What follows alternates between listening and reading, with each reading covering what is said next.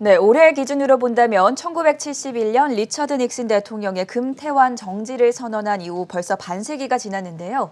우크라이나 전쟁에 대한 우려감이 제기된 이후에 미국의 반기를 둔 사회주의 국가를 중심으로 금을 많이 사들이고 있다고 합니다. 이런 움직임 과연 어떻게 해석해보면 좋을지 도움 말씀 위해서 한국경제신문의 한상춘 논설위원 나오셨습니다. 어서 오세요. 네, 안녕하십니까. 자, 오늘 미국 증시는 휴장을 했기 때문에 상품 중에 하나인 금에 대해서 이야기를 나눠보려고 하는데요. 우크라이나 사태가 일촉즉발 상황에 몰리면서 지금 국제 금값이 가장 빨리 올라가고 있지 않습니까? 네, 그렇습니다. 어제 그 3차 대선 토론, 네. 그 기축통화 위기를 가지고 느닷없이 이렇게 얘기가 많았던 것 같아요. 그 관련돼 있는 내용이고, 예. 또 유럽에서는 그 바이든과 푸틴 대통령의 정상회담 소식이 다시 들리면서 증시라든가 이런 쪽에서 안전자산 선호 경향이 있었습니다는 사실 푸틴이 이것을 정면으로 반박하면서 유럽 증시가 많이 떨어지고 국제 금값이 지금 온스당 1,600달러를 돌파했어요. 그렇죠. 그래서 금이 가장 관심이 되고 있는데요. 두 가지 다 내용이 결부되어 있기 때문에 오늘 한번 시청자분이 이렇게 잘 이렇게 이것을 한번 새겨보실 필요가 있다는 걸 말씀드리겠습니다. 일단은 그 우크라이나 이후에 사태를 보면 달러 가치는 굉장히 안정돼 있습니다. 원래는 국가 간 전쟁 문제를 하면 아마 위안 시장이 가장 잘 반영되거든요. 네. 어제도 말씀드렸다시피. 근데 우크라이나 사태가 처음 이번에 터진 게 작년 11월 중순 이후인데요.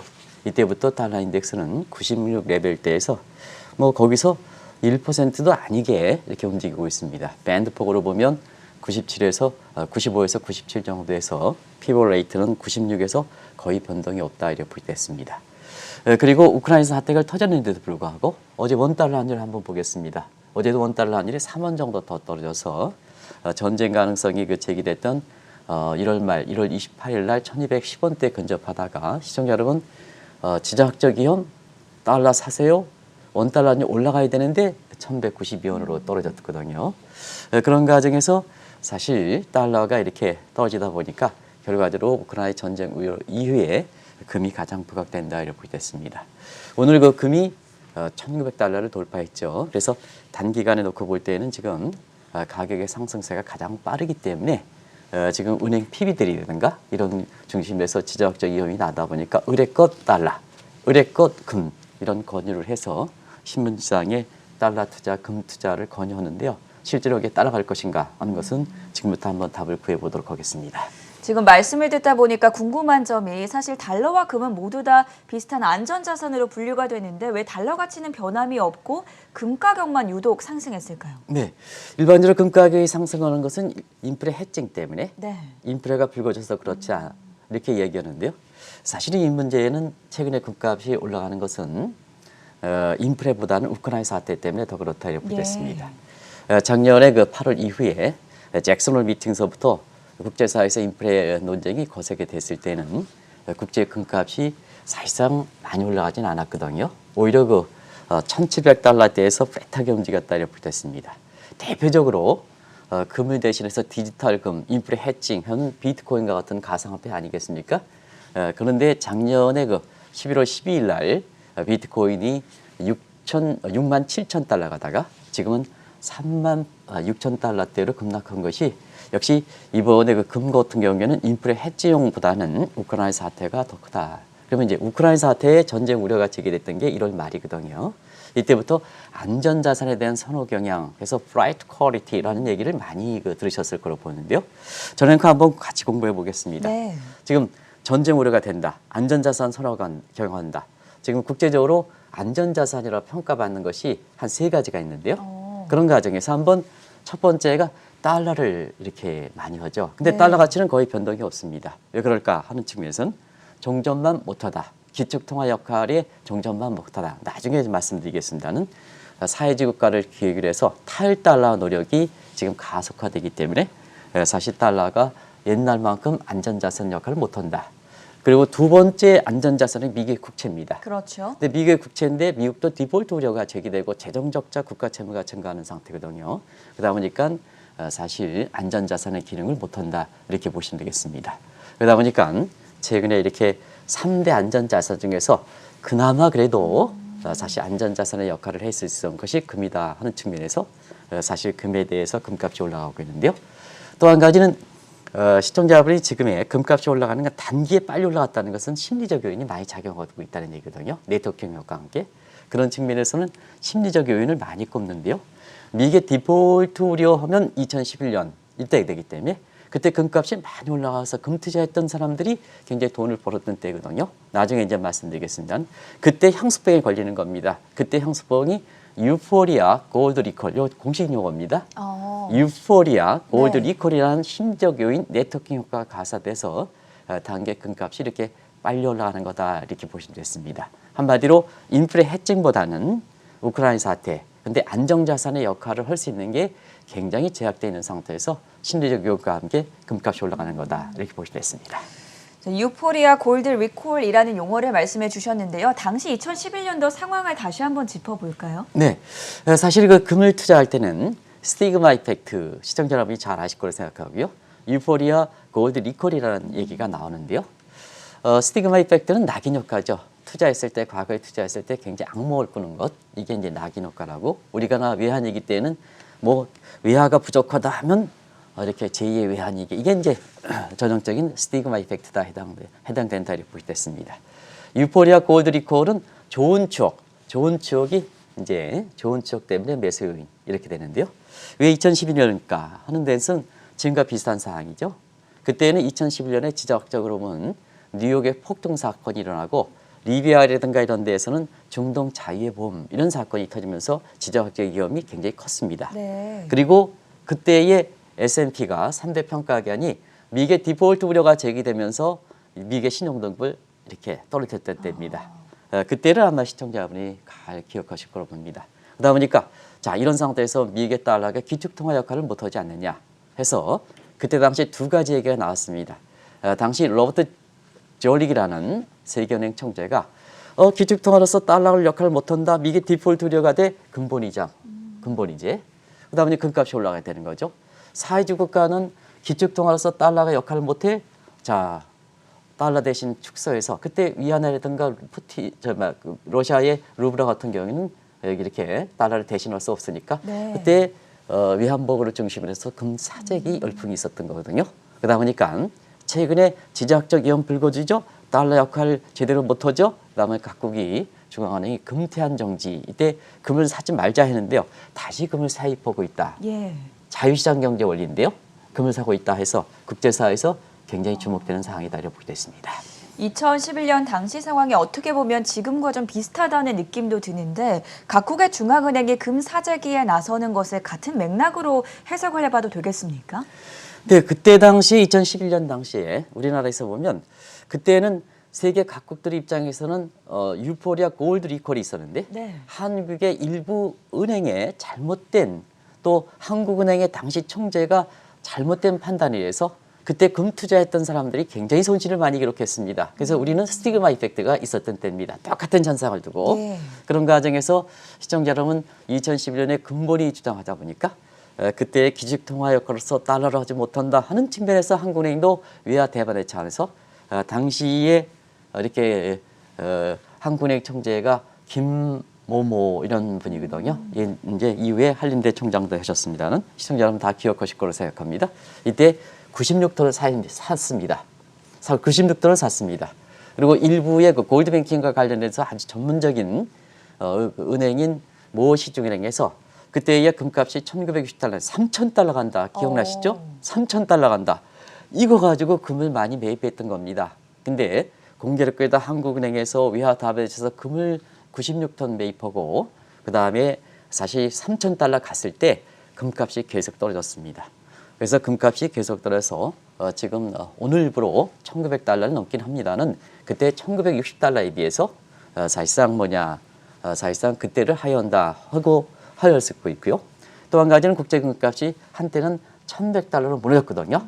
그때 금 샀던 사람들이 굉장히 손실을 많이 기록했습니다. 그런 과정에서 최근에 우크라이나 사태에서 금값이 올라가다 보니까 자 은행 PB들이 금 사세요. 경우에 따라서는 달러 사세요. 이렇게 하는데요. 이게 따라갈 것이냐 하는 문제를 지금부터 최근에 그 금값이 금을 그 사재기 열풍하는 데는 개인 투자가보다 중앙은행이 사거든요. 어, 그렇기 때문에 네. 은행 PB들도 요 점을 염두에 두셔야 됩니다. 그러면 이 문제에 대해서 왜 각국 중앙은행들이 금사재기 할까 하는 것을 지금부터 말씀드리겠습니다. 금 가격이 최근에 상승하는 요인은 개인보다는 중앙은행 때문이다라고 말씀을 해주셨는데 왜 중앙은행들이 금을 이렇게 사재기하고 매입하고 있을까요? 네, 사실은 그 중앙은행의 금사이기 때문에 네. 기축통화 문제죠. 어제 대통령 후보들이 이렇게 기축통화에 대해서 얘기했는데요. 사실상 기축통화에 대해서 요건들이 많습니다. 그런 과정에서 오늘 정치적 문제 빼고 예. 공교롭게도 이게 지금 기축통화 문제와 관련되어 있기 때문에 오늘 좀 말씀드리도록 하겠습니다. 네. 자, 최근에 우리가 화폐의 가치는 세계 중심 통화의 기축 통화하려면 화폐 이렇게 필요성에서 3대 동기가 있거든요. 하나는 거래적 동기, 거래 결제 수단화죠. 그다음에 가치 저장 기능이 하죠. 그렇죠. 그다음에 회계 단위죠. 요거를 세계 보편적으로 해야 요거를 갖춰야 기축 통화 역할을 할 수 있다는 얘기입니다. 네. 그런 과정에서 최근에 왜 중앙은행들이 달러를 버리고 사실 그 금을 사질까 하는 측면에서 달러 문제를 한번 보겠습니다. 3대에서. 자, 지금 세계적으로 보면 전부 코로나 이후에 아우타키적 성격을 많이 갖고 있거든요. 글로벌화되면 거래적 동기에서 달러가 필요하지만 지금 전부 자급자족 아니겠습니까? 네. 그러다 보니까 세계 중심 통화로서 달러의 거래적 동기의 필요성이 적다는 얘기입니다. 또 한 가지는 뭐냐? 사실 지금 이렇게 우크라이나 사태에 의해서 보면 자, 안정자산으로서 달러가 뭐냐? 각국대 탈달러에서 가치 저장을 못하는 상태거든요. 그러다 보니까 뭐냐? 각국 입장에서는 자, 화폐에서 중심 통화에 각국을 쓰는 세 가지 요건을 못해? 그러면 내가 갖고 있는 국민들이 돈 벌어가지고 외환보유고를 달러로 가치 기능을 못하는 것을 그걸 담을까 하는 측면에서는 사실상 최근에 각국들이 외환보유라든가 이런 측면에서 탈달러 움직임이 되고 있다. 그 상황을 같이 한번 보겠습니다.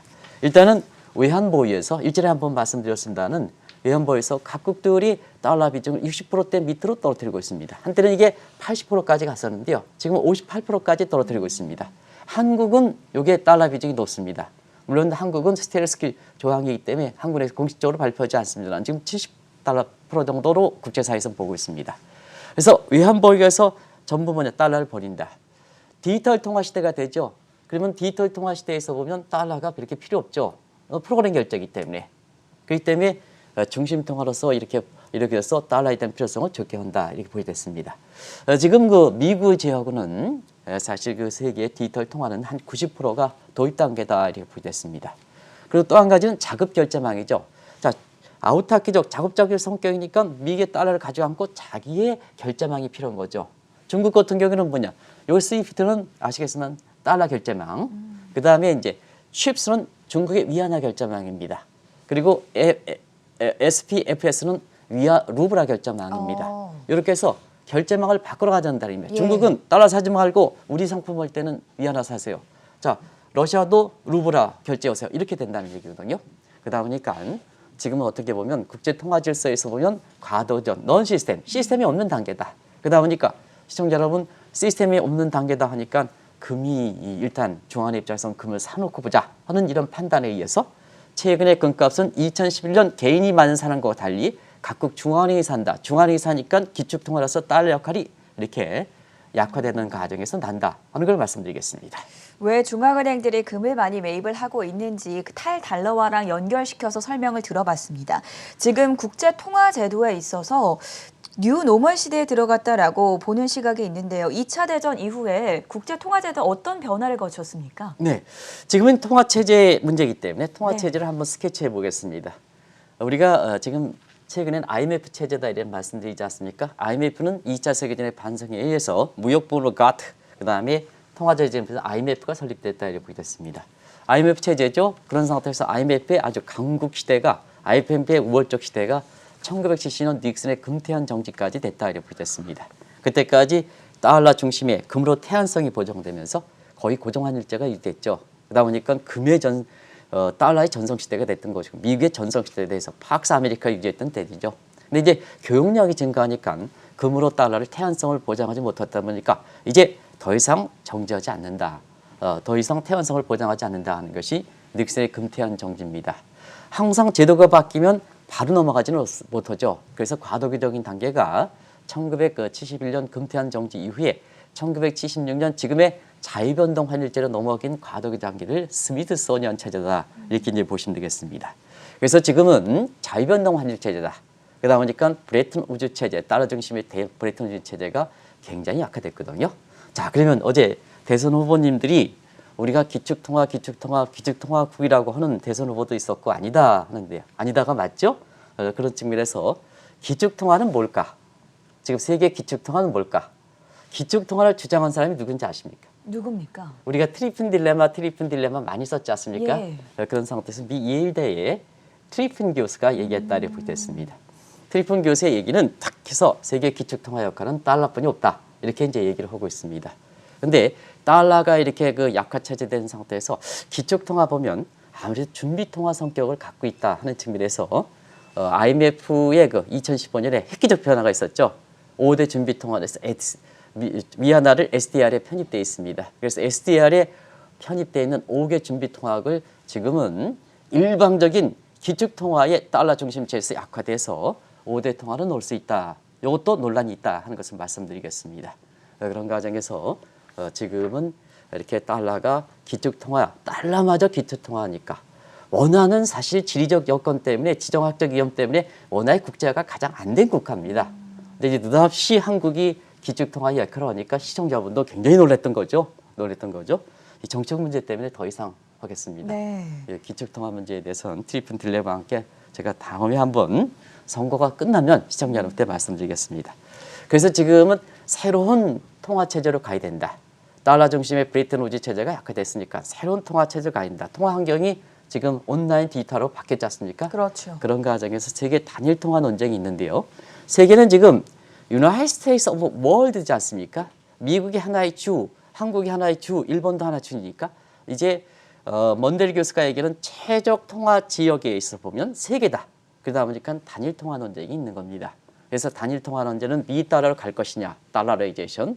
그 다음에 사실상 다른 거는 글로벌 유로로 갈 것이냐, 그 다음에 테라 이 방안이 이렇게 논의되는데요. 최근에 금보리자 관련해서 테라 논의가 계속해서 되고 있다 하는데요. 예. 테라 얘기하니까 또 이렇게 맥주를 생각하시는 분이 있는데요.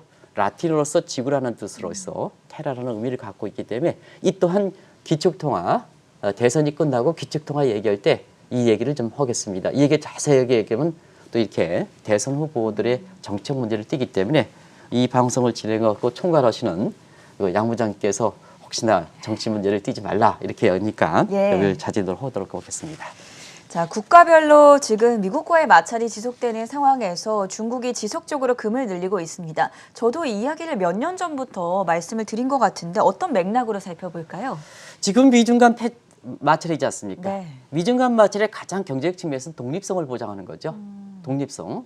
그래서 상대국에서 예를 들어 중국 입장에서 상대국은 미국이니까 미국이 흔들리지 말아야 되는 체제가 있는 그렇죠. 거죠. 그런 측면에서 시진핑의 야망이 드러났던 2019년 이후서부터 아주 중국이 사실 외환보유고 왜 중국이 줄어들었냐 하면 그 외환보유고 얘기할 때 많은 분은 달러 사기 위한 물론 금도 달러지만 금도 외환보유고지만 이 금 문제를 사실 그 외환보유에서 많이 넣은 상태에서 자 평가손이 달러 가치가 떨어지면 평가손이 발생하기 때문에 이 금이 중국의 외환보유가 왔다 갔다 하는 거다 이렇게 보겠습니다. 그래서 만약에 달러 가치를 고정시킨다면 오히려 중국의 외환보유는 계속해서 늘어나고 있다. 이게 3조 달러 얘기할 때 중국의 금리 위기를 제기하는 사람이 있는데요. 왜 그럴까 하는 측면에서는 외환보유에서 금 대신에 달러 대신에 금인데 이걸 달러 베이스로 환산하니까 금값이 달러 가치가 이렇게 떨어질 때에는 중국의 평가선이 돼서 외환보유가 3조 달러 밑으로 떨어진다 하는 얘기를 한다 이렇게 됐습니다. 그 정도 이렇게 중국이 2019년서부터 금을 많이 매입하고 있다 이렇게 보시면 되겠습니다. 근데 이게 금을 매입하니까 달러를 버리고 금을 매입하니까 미국이 예민한 반응을 느낄 수밖에 없죠. 그래서 그동안에 중국 정부의 공식적 입장은 앞서 말씀드렸같이 무역과는 관계없이 외환보유고 다변화 차원이다. 보편적 이유를 얘기하고 있습니다. 네. 김정수 총재가 얘기하는 거랑 똑같죠? 그런 측면에서. 근데요. 사실상 2019년에서 금에 대해서 이렇게 많이 매입하는 것은 결국은 시진핑의 야망 때문에 그런 것이 아닌가. 시진핑의 야망은 중국 중심의 중국을 위한 팍스 아메리카보다는 팍스 시니카 체제입니다.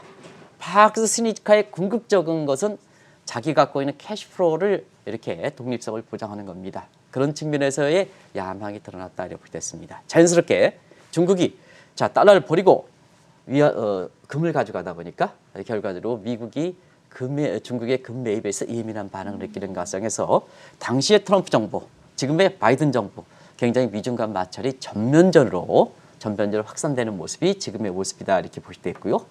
더 한 가지 최근에 코로나 이후에 국제 탈달러 움직임이 굉장히 많이 빨라지는 것은 여기에 사회주 국가들이 연대한다. 미국에서 탈피하겠다. 스위프트 해제가 탈피하겠다 하는 예. 측면에서 취입수, SBFS 체제, 룸프마 결제 여기에 푸틴이 가세하는 거다 이렇게 됐습니다. 그래서 러시아 중앙은행도 지금 탈달러 움직임을 가정해서 자 달러 버려 금 올라가 이렇게 되는 체제죠. 그런 과정에서 지금 기축통화 문제와 관련돼 있는 금값 상승이다 하는 걸 말씀드리겠습니다.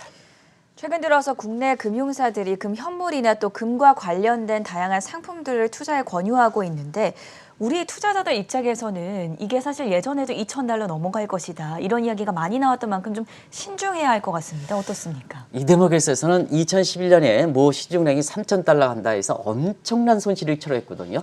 그때 당시에 김 총재가 96돈 샀던 것도 금값이 떨어지다 보니까 엄청나게 평가손을 국민들한테 세금 부담을 했던 거거든요.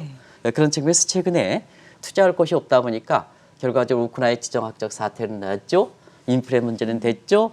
그래서 그런 그 금사재계에 대해서 근본적으로 2011년과 다른 요인이 있는데요.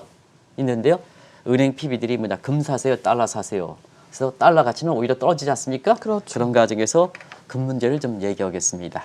자, 금은 항상 뭐냐 금에 대해서 가장 추천한 사람이 누구냐면 짐 로저스라는 사람입니다. 예. 근데 짐 로저스라는 사람은 가장 전망이 틀렸습니다. 이 사람 책 가지고 번역해서 내는 사람들이 있는데요. 작년에는 공교롭게도 안 내더라고요. 이제 우리 시청자분이 좀 아시는 것 같습니다. 그리고 금은 연간으로 볼 땐 상반기 상승, 하반기 하락하는 이런 체제가 반복된다 하는 걸 말씀드리는데요. 자, 그러다 보니까 최근에 국내 PB들이 금과 달러 투자하는 문제에 대해서 지금 말씀드리겠습니다. 지금은 개인들이 금을 사는 건 아니다. 중앙은행이 하는 거다. 기축통화 문제와 관련돼 있다 하는 측면에서 금 투자는 뭐냐? 금 투자는 그런 점을 좀 염두에 두십사 하는 것을 말씀드리고요. 금은 실물은 장기 투자입니다. 왜냐하면 주식과 것처럼 왔다 갔다 하면 이 실물 투자이기 때문에 때 세금 많이 때리고 거래 비용이 많습니다. 그래서 이렇게 되는데요. 한 가지 말씀드리겠습니다. 그래도 뭐냐 지금 불안한데 금 투자를 필요하겠다 하면 금 투자는 골드뱅킹이라 이렇게 보시면 되겠습니다. 제가 개인적으로 우리나라의 골드뱅킹 이렇게 장착이 늦었기 때문에 2004년 7월 1일 날 모 시중은행에 골드뱅킹을 장착시킨 주역 중에 한 사람입니다. 근데 골드뱅킹은 두 가지가 있습니다. 하나는 유럽식 실물 투자, 골드바 투자하는 게 있고요. 그다음 미국식으로 금과 관련된 ETF, 그다음에 과거에는 DLS 상품 같은 거, 이게 골드뱅킹 겁니다. 그래서 금 투자를 고집하시는 분은 유럽식으로 골드바를 사지 마시기 바랍니다. 골드바를 만약에 사신다면 미국식으로 금과 관련된 ETF라든가 이런 측면에서 언제든지 유동성을 확보할 수 있는 거, 이런 걸 좀 하고 그다음에 지금 종목 투자가 상당히 어렵기 때문에 그래도 주시장에 남아 있는다면 유망한 종목 하나를 이렇게 하는 것보다는 많은 유망한 업종을 몰아서 투자하는 최근에 한국 경제신문의 김정호 사장께서 주도해서 캐디 30 ETF가 개인 종목 투자가 어렵니까? 유망 종목을 함께 묶어서 투자해주는 이런 캐디 30 ETF 같은 이런 상품들이 더 유망하다는 걸 말씀드리겠습니다. 요새 주변에서 금 가격이 계속 오르고 있다, 금을 사야 한다라는 이야기가 많이 들리고 있는데 그런 조언들이 들리고 있는 배경과 그리고 투자 유형에 있어서 어떤 선택을 해야 할지 인사이트까지 들어봤습니다. 한국경제신문의 한상춘 논설위원과는 여기서 인사드리겠습니다. 고맙습니다. 네.